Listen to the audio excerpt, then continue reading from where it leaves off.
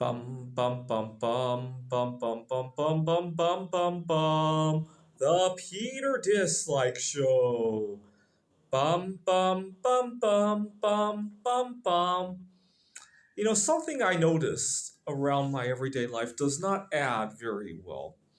I'm recording this in 2024, and right now, as I speak, a lot of people are using this crazy weight loss drug. I hate to even say the name on here because I don't want to promote it, but apparently 1 in 6 adults are using this stuff. And something does not add because when I go to an event at church, or I go to an office party, or one of my colleagues is hosting a party at her home soon, I don't see 1 in 6 people avoiding foods that they really should be avoiding if they wanted to lose or needed to lose weight for medical reasons, right? Either one.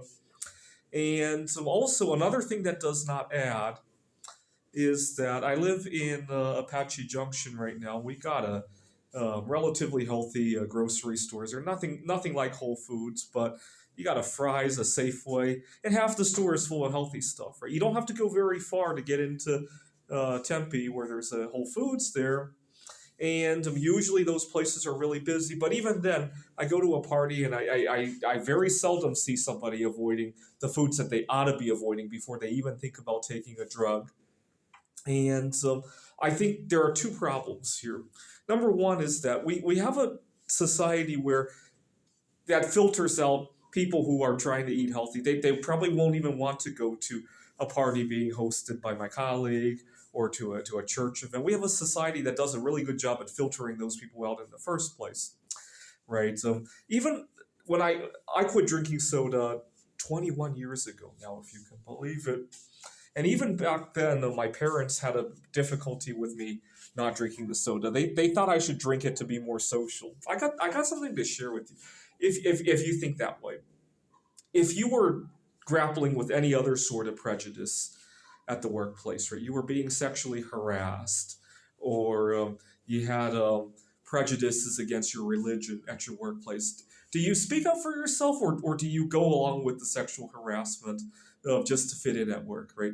Why does it work any differently with dietary harassment, right? Which is what I love to call it, by the way. Why? Why? So we filter those people out in the first place and keep them out of the scene.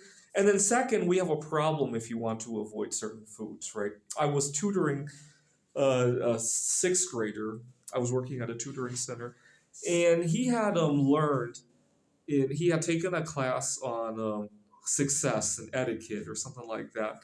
And he had learned, this was during the holiday season 2 years ago, he had learned that at a holiday party, if one of the guests were to refuse alcohol, you should never ask why they're refusing it, or ask them a second time if they want the wine or whatever it is. And so even he had a little bit of a disconnect. Well, I asked him, well, should that apply to other stuff people might take into their bodies? And he asked, well, what kind of other stuff? I asked him, well, I'll let you think about it. He thought I was talking about drugs, like marijuana, or here in Arizona, marijuana is legal, right? Or even other stuff that might not be legal. He was thinking maybe if you offered somebody at a party your prescription drugs, that if somebody says no, that should be the end of it. I said, there's something else, even more basic, that you take in every day. And he didn't draw the connection. I said, what about food? And he says that no, you should be nice and offer your food multiple times. That's what he thinks. I don't know if he learned that at school or at home. I said, well, don't you realize that, there's some people who probably could die instantly with various foods, and they might not want to share that fact with the rest of the party, right?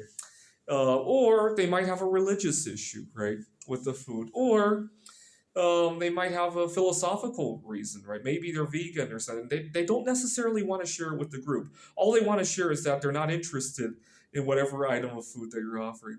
So you're saying that you need to ask until they bring up these things, right? Would you be okay if somebody forced you to share some kind of health condition or religious views that you didn't want to share with that person? He didn't draw the connection.